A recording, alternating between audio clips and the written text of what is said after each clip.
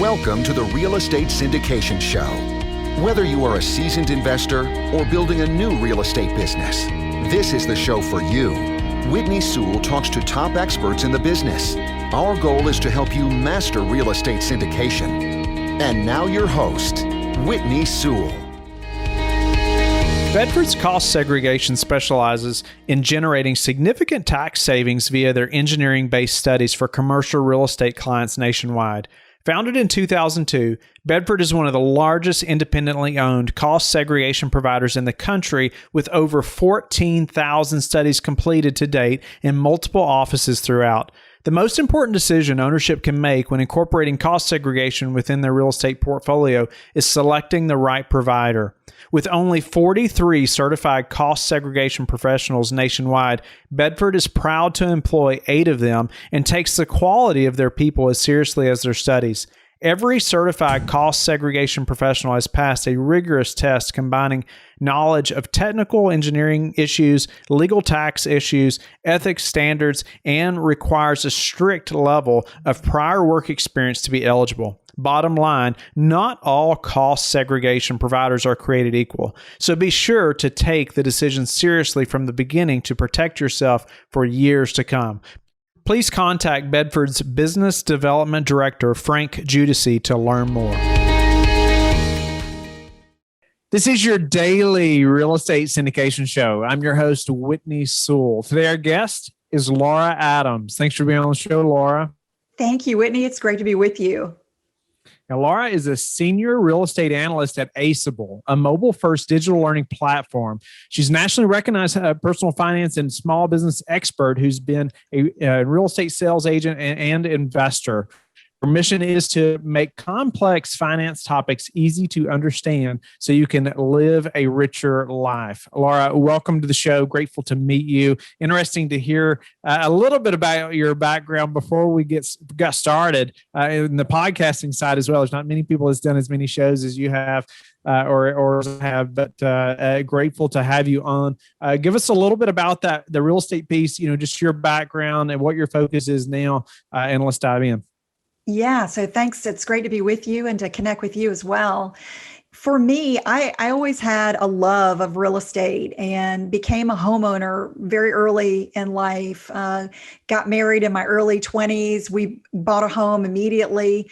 And I had an interest in real estate, not only personally, but my family, both my husband's side of the family and my side of the family. We're in real estate. I had lots of family members that were investors, salespeople, et cetera. And so I had some good role models, I think. And that was really key to getting started, kind of knowing what was possible, and got into investing really after I got my salesperson's license. I really wanted to get licensed first and fully understand the landscape, understand everything I could. So I'm the type of person that likes to do my homework first. I don't just jump in and do anything without doing a lot of research. So for me, getting the license and even spending a little time as a salesperson was critical for me to have the confidence to go out and become an investor for myself. So that was really kind of a stepping stone for me. I did not sell very long. I finally kind of realized that my passion was more on the investing side than the selling side. But of course, I kept my license so I could save some money on the commission, and kind of kept me connected, kept me really in a good network of folks to find properties and really just trade information about what was going on. So that's kind of the beginning of where it started. You mentioned, obviously you spent time in sales. Tell me how that's benefited you long term, or even, getting your license. Would you recommend that to people that are, maybe new to this business or thinking about getting in? I would absolutely recommend it. As I mentioned, for me, it was really a critical part of gaining the confidence and understanding the landscape. So, and in my day, we didn't have a site like Aceable to go to learn and get licensing 24/7. It was really a much more arduous process. And I can remember studying for that course while I was on my lunch break at my job and, really kind of trying to fit it in. And then the whole process took quite a while. But thankfully, it's much easier today for folks to get licensing education. And because it is so easy, Whitney, it's like, why not do it? I'm not saying the course is easy in terms of the content, but if you put your mind to it, absolutely, you can get that under your belt. And you learn so much that you wouldn't expect, not just about law, but about the different types of careers that you can pursue within real estate, which I found super interesting. And it gave me a perspective of what's it like to be a landlord? What are the laws on the landlord side? What's it like to be a buyer? What's the psychology of a seller? And I really think it helped make me a better negotiator, understanding both sides of the transaction a lot more clearly. That would definitely be helpful. I mean, we're negotiating all the time, right? It doesn't matter really who you're speaking to, right? You're what is it? Grant Cardone talks about you're in sales, all the time, no matter who you are. And I believe there's a lot of truth to that. What are some of the complex, financial topics that you're, helping people to understand, particularly before they, start investing in real estate? Yeah. So, for a lot of people, they have a dream of being a real estate investor, but don't, really know a whole lot about what it takes. And so I really try to encourage people to get their personal financial house in order before going out, thinking about investing just as other types of investing. You need to be in a position to afford to make those investments if you're not really building a solid foundation. So I'm talking about, do you have an emergency fund? Are you looking at your retirement and making some consistent contributions? Do you have the right insurance products that you need, et cetera? So really making sure that your financial house is in order before you make those investments is key. Now, will everybody have their finances 100% perfect before they become an investor? Probably not. And making a profit in real estate may be a solution to help you get out of debt, and maybe a solution to help you build your personal wealth, and making sure that you are on the right path. Obviously, that's the point. But if you get into a situation where you're not profitable, you get into an issue where you haven't thought through all the numbers clearly, you can find some really unexpected expenses and challenges as an investor. So it's really key, I think, to understand what are the basics and follow those fundamentals before you jump in feet first. Do all the homework that you can, maybe partner with somebody who has more experience than you, learn from them, leverage their skills and talents first. And that may be a good stepping stone for many people before they go in on their own. Is there a number around, or is there some kind of metric around emergency funds specifically that you recommend people have? Yeah, absolutely. And it does change from time to time. Right now, I would probably say people are thinking more about emergency funds than ever with the pandemic and all of the financial challenges that we've had. Typically, the rule of thumb has been at least 3 months worth of living expenses. So that's not necessarily a full replacement of income, but thinking about what are your major expenses. So housing, insurance, your medical costs, kind of your ongoing fixed costs, and maybe some of the variable expenses that you can't live without. Figuring that number and then multiplying times 3 is kind of the minimum I recommend. Going to 6 months, even better. And hey, if you can go up to 12 months, that's even better. So I would recommend at least 6 months before jumping into some big real estate moves. That's just going to be a smart runway to have, to make sure that, if something doesn't go the way you've planned it, you've got that financial cushion there to keep you and your family safe. What do you say to the person who's running, say, a small business? That's their job, right? They're a small business owner. What about an emergency fund for the business also? Yeah, it's so important. You do need savings for your business. You do need to think about it just like your personal finances. Have you set aside enough? Do you have the cash reserves that are there for a lot of unexpected things. So if you can forecast some numbers, maybe a year's worth would be fantastic. Again, that may be difficult for some people, but having a goal, just building up to a wise amount, having that on your radar and working toward it bit by bit. Will you accomplish it all in 1 year? Probably not. But if you look at it over a series of years, you can definitely build up and make sure that you not only have a business checking, but you've got business savings. And that's really going to help you from having to go into debt if you don't want to go into debt. And will also just give you a lot of peace of mind. I find having that savings in the bank may allow you to take some risks that you wouldn't ordinarily take that can really pay off. So it will give you confidence and a lot of peace of mind that your business is in good shape. You mentioned retirement planning, and I'm sure there's some listeners who said, well, that's why I'm investing in real estate. So what are you talking about?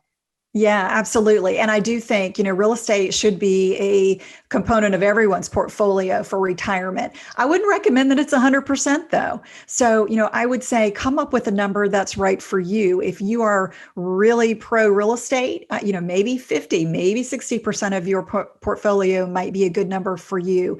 For the average person, it's probably going to be much less than that. But yes, I would say definitely let that real estate pay for your retirement. Just make sure that you are diversified, making sure that you've got some other options, whether they're just, you're investing in the total stock market, you're looking at some balance funds, making sure you've got a little bit more diversification in addition to your real estate holdings. Where do most mess up around insurance? Oh man, insurance is such a complex topic. There's insurance for your business. There's insurance for your rental properties. Really thinking about limiting liability as an investor is key. And you may want to, of course, structure your properties, in an LLC or in some other business structure. Definitely get some advice on that, depending on where your properties are, the number of properties you have. Certainly use some business entities to help you limit liability. But insurance is also key. I always maintained at least a $2 million umbrella liability policy insurance when I had a lot of rental properties at a minimum. So thinking through what is the worst case scenario, that's what insurance is for. We hate to pay for insurance, but we love it when it's there and it saves us. So having a conversation with an insurance professional about your real estate business is critical. They need to understand what your goals are, what liability are you exposed to. Let them help you, let them help you make recommendations. Maybe you get a few different quotes and talk to a few different professionals. As your real estate holdings grow, you're going to want to reevaluate. As your net worth grows, you're going to want to reevaluate insurance. So I would recommend doing that at least annually. Where do you suggest that we begin to invest in real estate? Obviously, there's so many trains of thought, around, maybe I go find a single family home or a duplex, or maybe I just invest passively in somebody else's deal or through syndication, or, maybe I try to find a flip. What are your thoughts around, where somebody should begin to look? Yeah, I do think maybe it lies with your talents. So for me, I really enjoyed fixing and flipping. And so my husband and I were very handy. We enjoyed that work. It was something that we had a lot of connections in our community with handy people and folks who could do work on the cheap. And so for us, that was a lot of fun. We enjoyed it. For other people, they would say, what a waste of time. I don't want any part of that. I just want to buy and hold. So it really does depend on the goals that you have. We also enjoyed renting out properties. We enjoyed that for many years until we didn't. And then we decided to liquidate as the values went up. Finding a good property manager, gosh, I can't say, enough about that. That can definitely make you think about real estate in a whole new way and thinking about them as a partner, especially if you're investing in other areas. I was investing all over the Southeast, so I had to have local property managers, and they really, made it profitable, and which is counterintuitive. A lot of people say, well, if you're paying them, how are you paying yourself? And what I found was they were able to raise rents significantly, way more than I would have. And they definitely paid for themselves. So starting where you feel most comfortable, I would say, and if it is going in with a partner on a duplex, fantastic. Just thinking about what do you have knowledge in? Where's your expertise? Or maybe where is your partner's expertise? Couldn't agree with you more. I find that property management companies can manage so much more efficiently, right? They understand the market typically much more than you ever will, and know what rents should be, and can get them rented faster as well. And so, yeah, definitely different trains of thought. I know very few people who can self-manage as well, as third party. But what are your thoughts around debt? Like somebody's fixing to invest, I hear some, I just want to pay cash. I don't want to go in debt for that property, or no, I'm going to use debt. So many people say, I can build more wealth with debt. What are your thoughts around debt?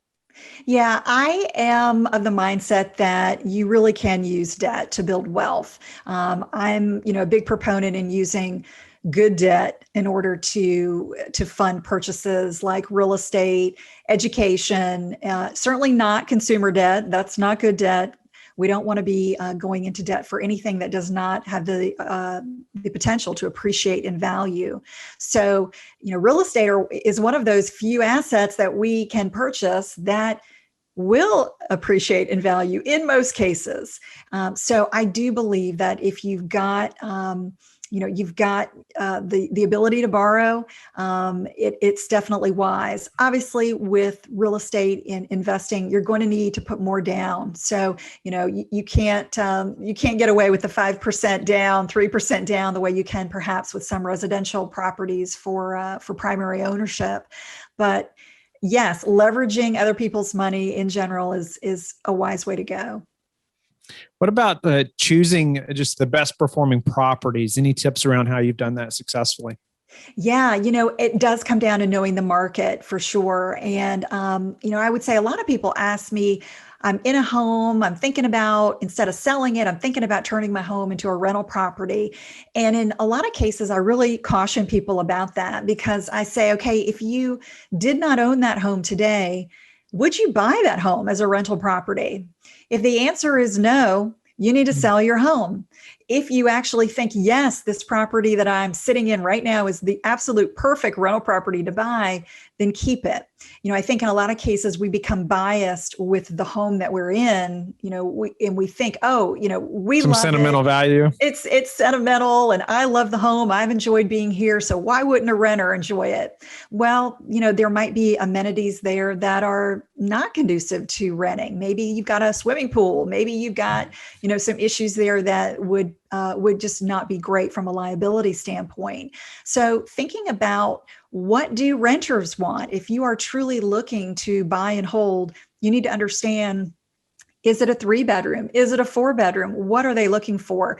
You can pick the brain of local real estate agents and property managers and easily find that out. What are the neighborhoods that are renting the most? Where is the most value? So that's really where you want to be looking.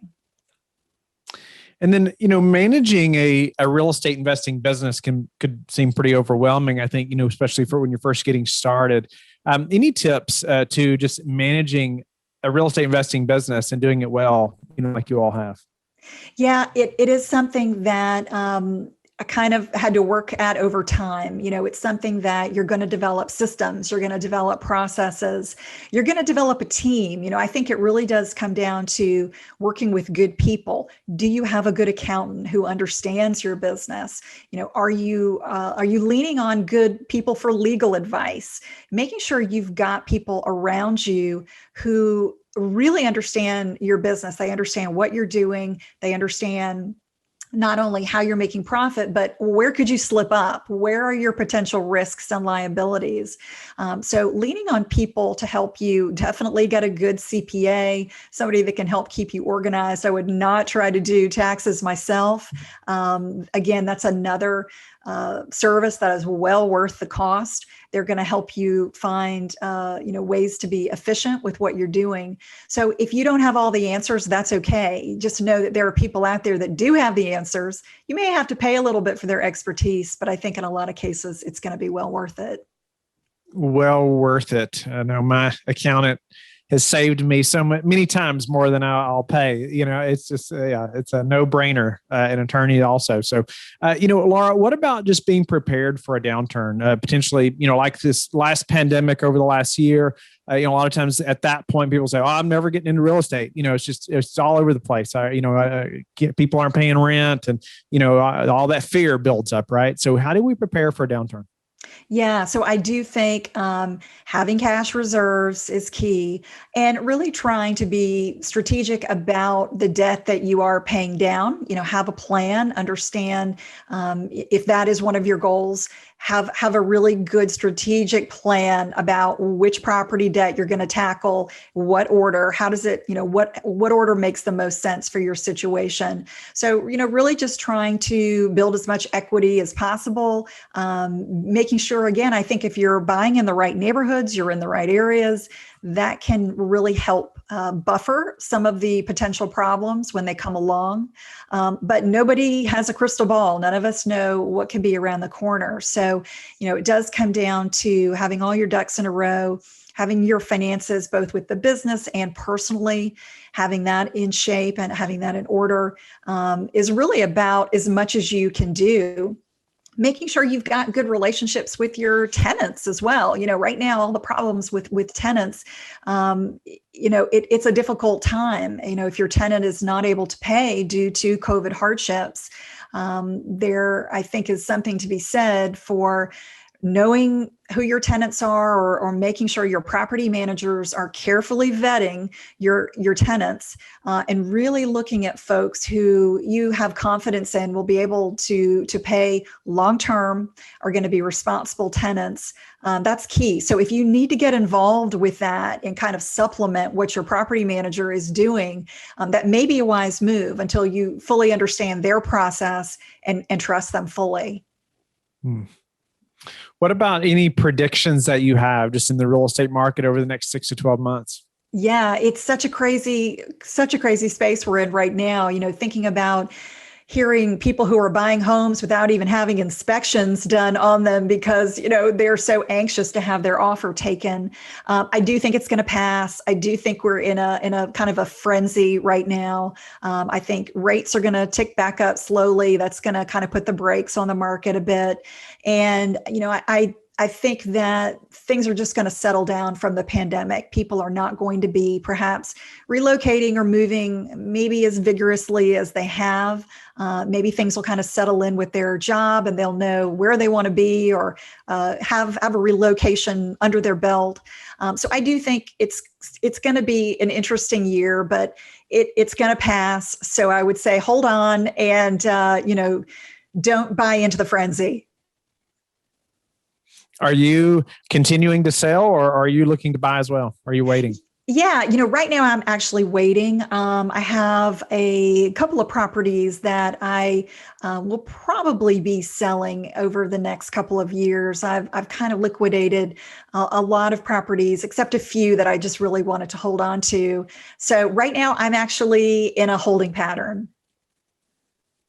Do you have any daily habits that you are disciplined about that have helped you achieve success? Oh, that's a great question. I think that there's so many habits we can get into, good and bad, that will help or hurt our success. For me, I really focus a lot on health. I think health and wealth are just hand in hand. You can't separate the two. It's hard to think clearly. It's hard to, make good decisions when you're not healthy. So I really focus on that. And I feel like if I'm concentrating on, good diet, good exercise, good sleep, all of those things, that helps me make wise decisions in general and helps keep energy up so that, when good opportunities are there, I can jump on it and take advantage of it because I've got the energy and the interest to do it. Do you have a certain amount of sleep you try to get each day? I like to get at least 8 hours. I love my sleep. And I find that if I get less than about 7 hours, I feel it.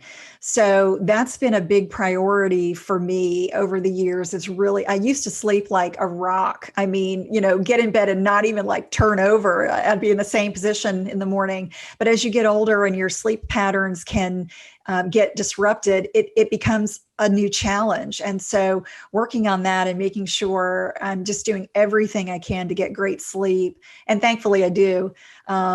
For me, it really makes all the difference. So when I hear people say, oh, I can get by on 4 or 5 hours of sleep, no problem. I just don't believe them. I just think that it's so important and it's integral to everything else that's going on with you physically. So yeah, I think focusing on health is just a huge part of financial success. Yeah, I ask that because my wife and I have been thinking more about the quality of sleep or length of sleep, that we're getting. And I think when I hear that as well, I think I've gone on, 4 or 5 hours sleep a night for a long, long, long time, especially when I was younger. But I see the difference, when you're well rested, like you said, making better decisions, being able to take advantage of opportunities. And I hear people say that as well. I'm going on 4 or 5 hours sleep. And I think, well, it's pretty impressive what you've been able to accomplish probably at a 50% or 60% operating, power, personally, just imagine if you were well rested. But Laura, what's been the number one thing that's contributed to your success? For me, I think that I've been fortunate enough to have some really good role models, not only on my side of the family, but my husband's side of the family were some really great real estate business people. They have been in sales, have been in investing. My grandmother on my mother's side had an empire in her small town, and she was just the real estate woman in her town for many, many years, decades. And I always looked up to her accomplishments. And she would always tell me, Laura, real estate is just sticks and bricks.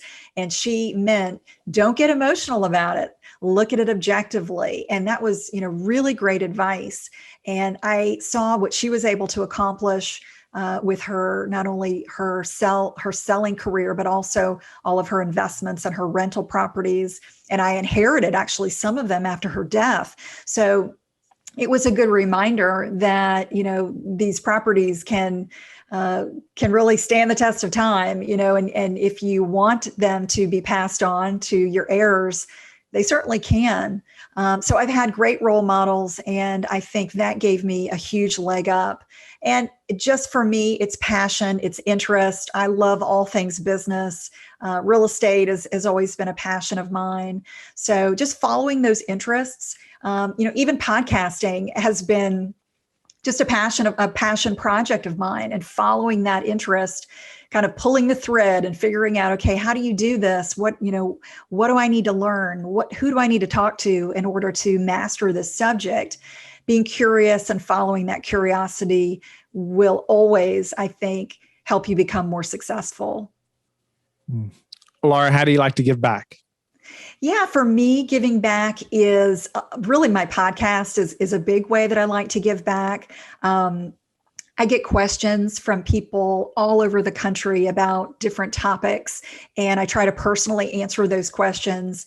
And I hear from folks that say that the show has touched their life. They've, started investing for retirement, or maybe they became a homeowner because of a show that they listened to. That really is incredibly satisfying for me. So I try to give back to the listeners and readers. I've written 9 books, so I've got a lot of loyal readers out there, and really trying to provide up-to-date information and staying on top of everything in the finance world. It's a win-win. It helps them, and it also helps me stay up to date. Well, Laura, I'm grateful to have met you. It's been an honor to have you on the show. Just many great things that I wish I had known when I was getting started, in real estate that we've discussed today. I mean, whether it's an emergency fund, retirement planning, insurance, even suggesting where, you've invested and where to start and things around debt. Grateful just for your willingness to share. How can the listeners get in touch with you and learn more about you? Thanks so much, Whitney. I appreciate it. Yeah, they can find me at lauradadams.com, also aceable.com if they're interested in looking for a real estate licensing course or continuing education. It's a great way to catch up with me. Thank you for listening to the Real Estate Syndication Show, brought to you by LifeBridge Capital. LifeBridge Capital works with investors nationwide to invest in real estate, while also donating 50% of its profits to assist parents who are committing to adoption. LifeBridge Capital, making a difference, one investor and one child at a time. Connect online at www.lifebridgecapital.com for free material and videos to further your success.